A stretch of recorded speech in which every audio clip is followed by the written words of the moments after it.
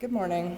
My name is Emma Hurst. Today I will be introducing to you the one and only Alexandra Touliatos, aka Zan! Exclamation point included.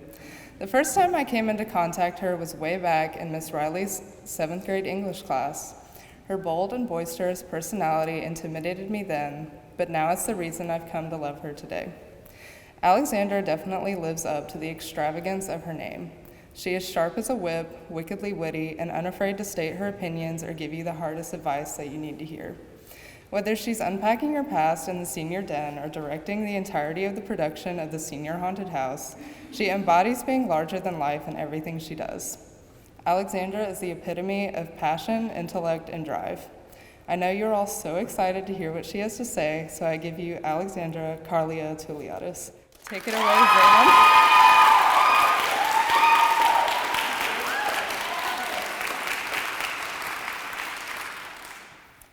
I love talking about my problems to my friends and family and disguising it as needing advice. But the chances of me actually taking any advice that you give me are slim to none. That does not stop me from pestering you constantly, though, always asking for your thoughts on everything. The process of writing this speech was no different. I asked just about everyone I know what I should talk about, and to no one's surprise, I disliked every topic. My dad told me to write about my squishmallows and all of the other stuffed animals that sit on my bed. He advised comparing love for stuffed animals to love for people. Sorry, Dad, but needless to say, I rejected that idea immediately. I considered the idea of writing about how I wore a full face of makeup literally every day of middle school. Yes, I did get up at 5 a.m. every day just to do my makeup. And yes, I did own just about every eyeshadow palette on the market at the time. I considered explaining that makeup is fun, but in reality, it's just a mask or something else as cliche as that idea. And naturally, I was advised by just about everyone to write about running. More specifically, why I actually enjoy it and why I'm insane enough to be running a full marathon in approximately 25 days. With some work, these all could have been pretty good speeches, I think. But the issue is that the ideas were given to me by someone else. 12 years ago, I was in senior kindergarten, Miss Snyder's class. I was your typical kindergarten troublemaker, constantly talking to everyone and creating distractions. I swear I was forced to spend more recesses inside and time out than I did go outside on the playground. Right around this time, with Thanksgiving approaching, my timeout task was to cut out hand turkeys for decorating the classroom while everyone else played outside.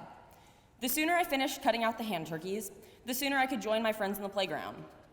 Being the total genius that I was, I stacked 20 sheets of colorful construction paper, trying to cut through every single layer at once.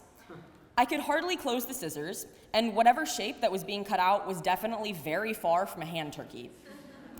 It was then that Ann Wilson, who was also confined to the classroom instead of recess, told me in her infinite wisdom, "You don't have to cut them all at once, you know. You are just so stubborn." I, being a drama queen and already in a mentally fragile state because of how I was missing recess, began to sob. I immediately told the teacher, hoping to get Anne in trouble for what I had deemed such cruel words. While I am sure that I was literally the last person that Miss Snyder wanted to be consoling at the time, she told me that being called stubborn isn't an insult. In fact, being called stubborn is a good thing, a necessity even. Truthfully, that is probably one of the only pieces of advice I've ever taken in my life. I conveniently took these words to heart, maybe more than I should have, because I am honestly the most stubborn person that most people know. I could blame my stubbornness on my astrological chart. I am a Virgo after all. Or my ambition and high standards, or being a ridiculously spoiled only child. But perhaps I am stubborn simply because I am always right. That is what I choose to believe, at least. Because if you always think that you're right, you can basically manifest whatever you want to come true. I promise you the logic is there if you think about it. Being so hard-headed does have its downsides, sure. I hate change, I hate accepting help, and it really is my way or the highway in just about every situation. But when I reflect on my life, especially when I take a look at my resume, I realize that I would not have accomplished what I have accomplished without being so stubborn, or as I like to say, persistent. If I wasn't so stubborn, I would have quit running at the end of middle school. If I wasn't so stubborn, I would have settled for worse grades. If I wasn't so stubborn, I would have dropped classes I genuinely cared about just to have an easier schedule. But it is not the easy schedule that is rewarding. It is refusal of failure and the persistence required to handle the heavy workload that brings satisfaction. So you may be like me and absolutely refuse to take advice, and that's fine. But I will tell you, it is better to be hard-headed than directionless. Live life with a persistence that would keep you choosing the same hard path over and over again.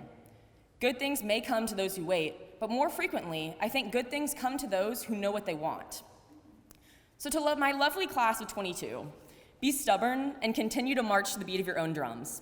I've loved getting to know each of you, and your laughter, kindness, and overwhelming intelligence has graced my life for the past 15 years in more ways than you can imagine.